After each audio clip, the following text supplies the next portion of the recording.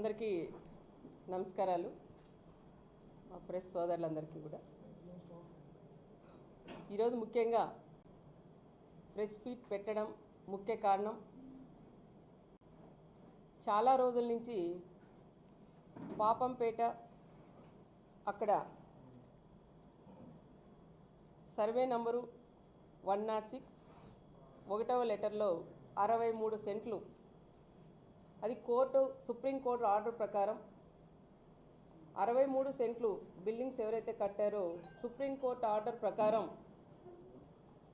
అవి రెవెన్యూ అధికారులు అక్కడికి వెళ్ళి అవన్నీ పగలగొట్టడం మనం అందరం కూడా చూసాం.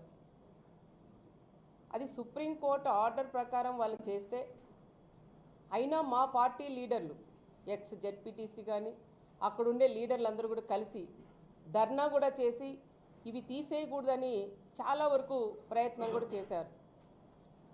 అయినా సుప్రీంకోర్టు ఆర్డర్ అని చెప్పి మా వాళ్ళని కూడా తీసుకెళ్ళి స్టేషన్లో కూడా పెట్టింది మనకందరికీ కూడా తెలుసు. కానీ సుప్రీంకోర్టు ఆర్డర్ ఇచ్చింది ఏదైనా సమస్య ఉంటే దాని మీద జిల్లా కలెక్టర్ గారు కూడా స్పందించి దాని గురించి కూడా చెప్పే బాధ్యత మా జిల్లా కలెక్టర్ గారిది కూడా ఉంటుంది.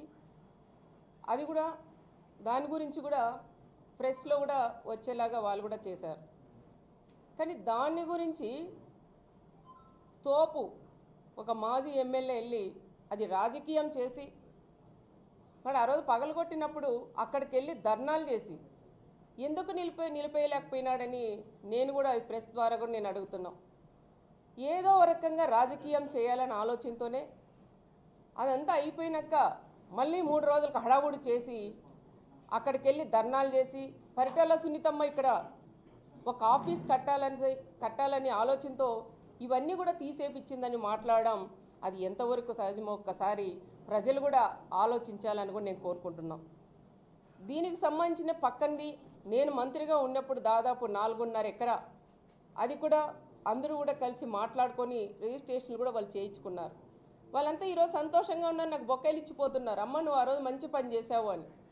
దాన్ని కూడా రాజకీయం చేసి సునీతమ్మ దీంట్లో 8 కోట్లు తీసుకుంది అన్నాం. నేను ఛాలెంజ్ చేస్తున్నాను తోపు బ్రదర్స్కి, నా కుటుంబం ఇట్లా పెట్టే కుటుంబం కానీ చేయి చాపే కుటుంబం పరిటాల కుటుంబం కాదని ప్రతి ఒక్కరికి కూడా తెలుసు. నేను 8 కోట్లు నేను తీసుకొని నీ ఆత్మసాక్షిగా నువ్వు చెప్పగలవా అని తోపు వాళ్ళని కూడా నేను అడుగుతున్నా. అది ఒక ఎత్తు, అది ఆ రకంగా రాజకీయంగా కూడా తీసుకోపోయినారు. దానికి నాకు ఎటువంటి సంబంధం లేదు. దాంతో ప్రకారం మళ్ళీ ఇంకొక ఆయన అంటాడు, చిన్న తోపు రెండో తోపు వచ్చాడు. జేసీపీ నైట్ టైం వెళ్ళినప్పుడు మళ్ళా సునీతమ్మ ఏమన్నా జేసీపీ పంపించిందా మా ఇల్లు పగలగొడతారని భయంతో ఆందోళన చెందుతాన్నారంటారు. తోపు బ్రదర్స్కి ఒకటే చెప్తున్నా, జేసీపీ పంపించి ఇల్లు తోపియాలంటే హైదరాబాద్లో ఉండే నీ బంగ్లా తోపిస్తాను కానీ ఇక్కడుండే నా కార్యకర్తలు కానీ ఇక్కడుండే పబ్లిక్ కాదని ప్రత్యేకంగా వాళ్ళకు కూడా నేను హెచ్చరిస్తున్నా. ఇల్లు లేదని దొంగేడుపులు ఏడుస్తారు. హైదరాబాద్లో బిల్డింగులు ఉన్నాయి, ఆ బిల్డింగులతో ఏమన్నా జేసీపీ సౌండ్ వింటే సునీతమ్మ ఏమన్నా పంపించిందేమో నువ్వు భయపడతావు కానీ ఇక్కడ ఉండే ప్రజలు ఎవరూ భయపడరు. దమ్ముల మీద చెయ్యేసుకొని ప్రశాంతంగా నిద్రపోతారని వాళ్ళకు కూడా నేను ప్రశాంతంగా నిద్రపోతారని వాళ్ళకు కూడా నేను తెలియజేస్తున్నా. దాంతోపాటు ప్రతి ఒక్కటి రాజకీయం చేసేది తోపు బ్రదర్స్కి ఒక అలవాటైంది. ప్రభుత్వం ఉన్నప్పుడు ఒక రకం చేస్తారు, గవర్నమెంట్ లేనప్పుడు ఇంకొక రకంగా తోపు వాళ్ళు ప్రజలందరినీ రెచ్చగొట్టేది మనం అందరికీ కూడా తెలుసు. నిన్న మొన్న ఏ మీటింగ్లు పెట్టినా ఏ ప్రెస్ మీట్లు పెట్టినా ఒకటే చెప్తా అంటారు, టీవీ బాంబు గురించి మాట్లాడతారు.